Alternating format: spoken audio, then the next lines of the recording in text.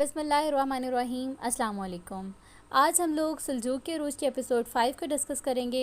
पिछले एपिसोड में आपने देखा कि सुल्तान हाजी निज़ामुल मुल्क से पूछते हैं कि मेरा बेटा कहाँ है, जिस पर हाजी निज़ामुल मुल्क इंतहाई हैरत से उनकी तरफ देखते हैं। इस एपिसोड के आगाज़ में आप देखेंगे यहाँ तबार गुस्से में आकर एल्चिन खातून से कहता है कि आपने ये हमारे लिए जाल बिछाया है। एल्चिन खातून कहती हैं कि क्या आपने कबीले से निकलते वक्त मेरा हुक्म नहीं सुना था, ये इन लोगों ने अपनी मर्जी से किया है। मलिक तबार कहते हैं कि आहिस्ता आहिस्ता मरने से बेहतर है कि लड़कर मरें। हाँ, हाजी निज़ामुल मुल्क सुल्तान से कहते हैं मेरे सुल्तान अपने बेटे से मुलाकात करने के खतरात। निज़ामुल मुल्क की बात खत्म होने से पहले ही सुल्तान हाथ से इशारा करके उन्हें रोक देते हैं। सुल्तान कहते हैं कि सालों पहले इसी कब्र के पास खड़े होकर आपने मुझसे एक सवाल किया था, सल्तनत या बेटा। मैंने अपनी सल्तनत को बचाने के लिए अपने बेटे को नजरअंदाज कर दिया था, लेकिन आज मेरी सल्तनत पूरी दुनिया का सहारा है। खतरात के अयाम गुजर चुके हैं। इसके बाद सुल्तान खड़े हो जाते हैं और कहते हैं कि वक्त आ चुका है वजीर आजम। सांचार ताबार से कहता है कि ना तो हम जलेंगे और ना ही मरेंगे। इसी दौरान बातियों पर तीर बरसना शुरू हो जाते हैं, क्योंकि बोस को चराए दोकरो वहाँ पर पहुँच जाते हैं। वो अपने घोड़े को उड़ाते हुए बहुत से बातियों को अपने तीरों का निशाना बना डालते हैं। ये देखकर मलिक तबार खुशी और हैरानगी से कहता है ये लोग कहाँ से आ टपके। के बाद सांचार उस लम्हे को याद करता है जब उसने कबीले से निकलते वक्त बोस कोच को कहा था यहाँ जो भी हुआ उससे खतरे की बू आ रही है,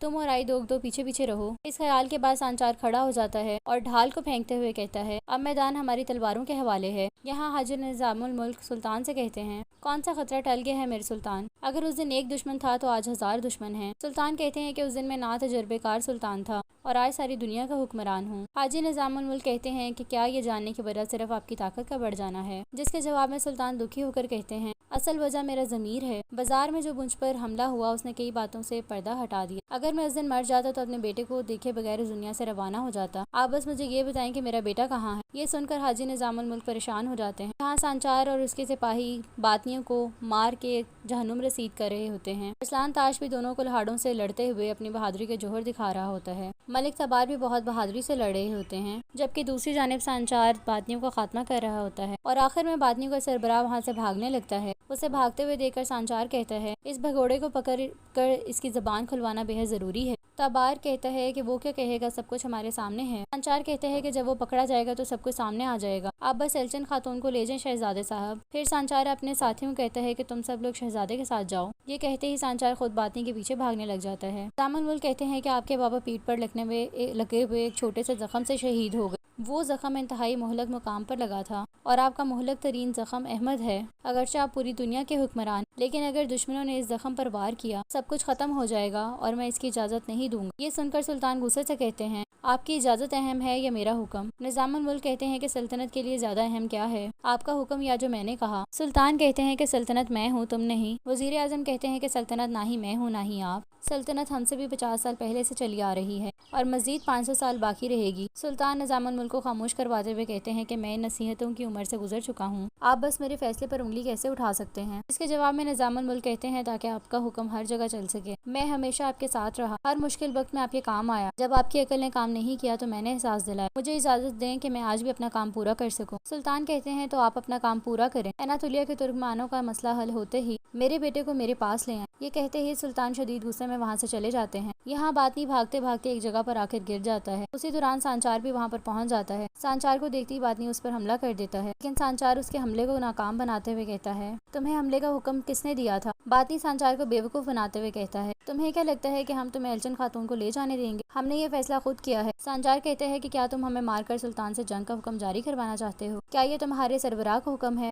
बातनी के अनजान होते हुए कहता है कि सरबराह की बात कर रहे हो। ये कहते ही वो सांचार पर हमला कर देता है, लेकिन सांचार उसके हमले को नाकाम बनाते हुए उसे जमीन पर गिरा देता है। फिर अपनी तलवारें म्यान में डालकर कहता है सुल्तान की जान की कोशिश करने के लिए, उनको मारने के लिए तुम गीदड़ लोग हो। ये सुनकर वो दोबारा हमला करने की कोशिश करता है, लेकिन सांचार उसे दबोच लेता है और सांचार उसे कहता है कि तुम बातियों के मुतालिक बताए बगैर नहीं मर सकते। ये कहकर वो सांचार उसके हाथ की उंगलियों को तोड़ देता है और फिर उसे मारकर बेहोश कर देता है। यहाँ महल में मौजूद तबार की बीवी बड़ी बेचैनी से उसका इंतजार कर रही होती है। इसी दौरान मलके आलिया वहाँ पर आ जाती हैं। वो कहती हैं कि तुम्हारी आंखें दरवाजे पर लगी हुई हैं। वो कहती हैं कि तुम सब्र करो, जब तबार बड़े काम के लिए जाएगा तो तुम क्या करोगी। तोहर कहती है कि मैं माफी चाहती हूँ मलके आलिया, लेकिन तबार अपना काम मुकम्मल करके ही आएंगे, लेकिन उनके वापस आने तक मैं अपने दिल की बेचैनी को काबू में नहीं रख सकती। ये सुनकर तरखान खातून कहती हैं कि तबार की बहादुरी में कोई शक नहीं, लेकिन उसे तजर्बे की जरूरत है और मुनासिब वक्त आने पर उसे तजर्बा हासिल हो जाएगा। گوہر کہتی ہے کہ آپ فکر مت کریں، تابار انشاءاللہ ہر عہدے تک پہنچے گا، تجربہ اور طاقت بھی حاصل کر لے گا۔ اسی دوران تابار الچن خاتون کو لے کر وہاں پہنچ جاتا ہے۔ تابار کو زخمی دیکھ کر گوہر فوراً اس کے پاس آتی ہے۔ یہ آپ کے ساتھ کیا ہو گیا؟ تابار کہتا ہے کہ آپ فکر نہ کریں، زخم گہرا نہیں ہے۔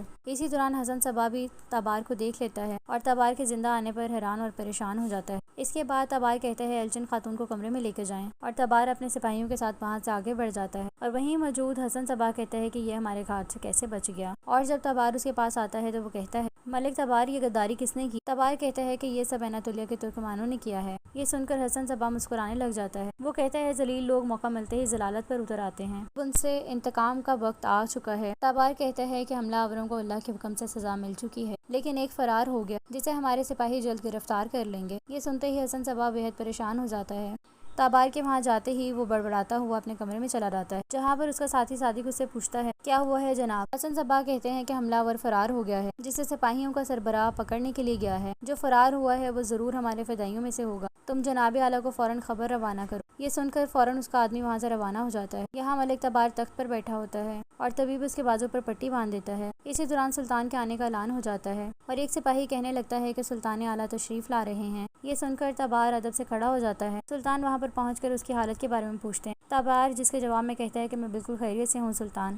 سلطان پوچھتے ہیں کہ یہ واقعہ کیسے پیش آیا؟ تابار کہتا ہے کہ الچن خاتون کے قبیلے میں کچھ لوگوں نے اعتراض کی اور یہ جال انہی لوگوں نے بچھایا ہے۔ سلطان پوچھتے ہیں کہ نقصان کیا ہوا؟ تابار کہتا ہے کہ ہمارے 6 سپاہی شہید ہو گئے، اس کے علاوہ کچھ زخمی بھی ہیں۔ وہیں کھڑے نظام الملک سانچار کے بارے میں پوچھتے ہیں، جس کے جواب میں تابار کہتا ہے کہ وہ فرار ہونے والے غدار کے پیچھے گیا ہے۔ سلطان کہتے ہیں کہ ہم نے جنہیں اپنا بھائی کہا انہوں نے ہمارے ہی شہزادے پر حملہ کیا اور ہمارے سپاہیوں کی جان لی، یعنی کہ کچھ لوگ جب تک موجود ہیں غداری ختم نہیں ہو سکتی۔ اس کے بعد سلطان غصے سے کہتے ہیں کہ کلچ ارسلان کی بہن کو میرے سامنے پیش کیا جائے، فوراً دیوان اعلیٰ کی تیاری کی جائے۔ اس کے بعد سلطان وہاں سے چلے جاتے ہیں۔ اس کے بعد آپ دیکھتے ہیں کہ سلطان ملک شاہ ایک کمرے میں موجود ہوتے ہیں، جہاں ان کے سامنے ایک قلعے کا نقشہ بنا ہوتا ہے۔ اس نقشے کو دیکھتے ہوئے کہتے ہیں کہ جس وقت ہمیں اور ترکمانوں کو کوئل قلعے پر حملہ کرنا چاہیے تھا تو اس وقت ہم آپس میں ہی ایک دوسرے کے ساتھ نپٹ رہے ہیں کہ اناطولیہ میں غلبہ پانے اور قسطنطنیہ میں مزید آگے بڑھنے کے لیے ہمیں سب سے پہلے بزنطینیوں سے کوئل قلعہ حاصل کرنا پڑے گا، مگر اب چاہے جو بھی ہو جائے یہ قلعہ جو ہماری ناک کے دلدل کی طرح کھڑا ہے میری تلوار سے کسی صورت بھی نہیں بچ سکتا۔ یہ کہتے ہی وہ اپنا خنجر نکال کر اس نقشے کے بیچوں بیچ کھوپ دیتے ہیں۔ ناظرین، اس کے بعد کوئل قلعہ دکھایا جاتا ہے۔ قلعے کے صحن میں بازنطینی سپاہی گھٹنوں کے بل بیٹھے ہوتے ہیں۔ اسی دوران بازنطینی کمانڈر اپنے سپاہیوں کے ہمراہ وہاں پر پہنچ جاتے ہیں۔ ان سب کے چہرے لوہے سے ڈھکے ہوتے ہیں۔ صحن میں پہنچ کر کمانڈر اندریاز اپنا چہرہ ظاہر کر دیتا ہے اور پھر سپاہیوں کے سامنے کھڑے ہو کر بلند آواز سے کہتا ہے ترک سالوں سے موجود بازنطینی علاقوں میں ہمارے لوگوں کو قتل کر رہے ہیں، اسی وجہ سے وہ پرسکون موت مرنے کی بجائے ہماری تلواروں سے مریں گے۔ آج تک ہم قلعے میں رہے اور اپنی حفاظت کی، لیکن اب سلجوقی سلطنت خون کی نہر میں بدل جائے گی اور ملک شاہ اسی نہر میں ڈوب مریں گے۔ اس کے بعد قلعے دار وہیں پر موجود کمانڈر یورگوس کو اپنے پاس بلاتا ہے اور کہتا ہے یورگوس، یہ مقدس مہم تمہارے حوالے ہے، جاؤ اور سلجوقوں میں گھس جاؤ اور ان پر کسی برے خواب کی طرح مسلط ہو جاؤ۔ یہ سن کر کمانڈر یورگوس کہتا ہے میں اس مہم میں کامیاب رہوں گا، اس میں ذرا برابر بھی شک نہ رکھیں۔ اس کے بعد قلعے دار چلاتے ہوئے کہتا ہے ساری سلجوقی سلطنت، حالانکہ ملک شاہ کا محل بھی جل کر راکھ ہونا چاہیے، ایک بڑی جنگ کی ابتدا ہو چکی ہے۔ پھر اندریاس اپنی تلوار ہوا میں لہراتے ہوئے کہتا ہے کہ میں قسم کھاتا ہوں، میں قسم کھاتا ہوں، میں قسم کھاتا ہوں۔ اس کے بعد تمام بازنطینی اپنی تلواروں کو ہوا میں لہراتے ہوئے یہی نعرہ لگاتے ہیں۔ یہاں پر اس ایپیسوڈ کا اختتام ہو جاتا ہے۔ مزید ایپیسوڈز کی اردو ٹرانسلیشن کے لیے میری چینل کو ضرور سبسکرائب کیجیے گا۔ جزاک اللہ۔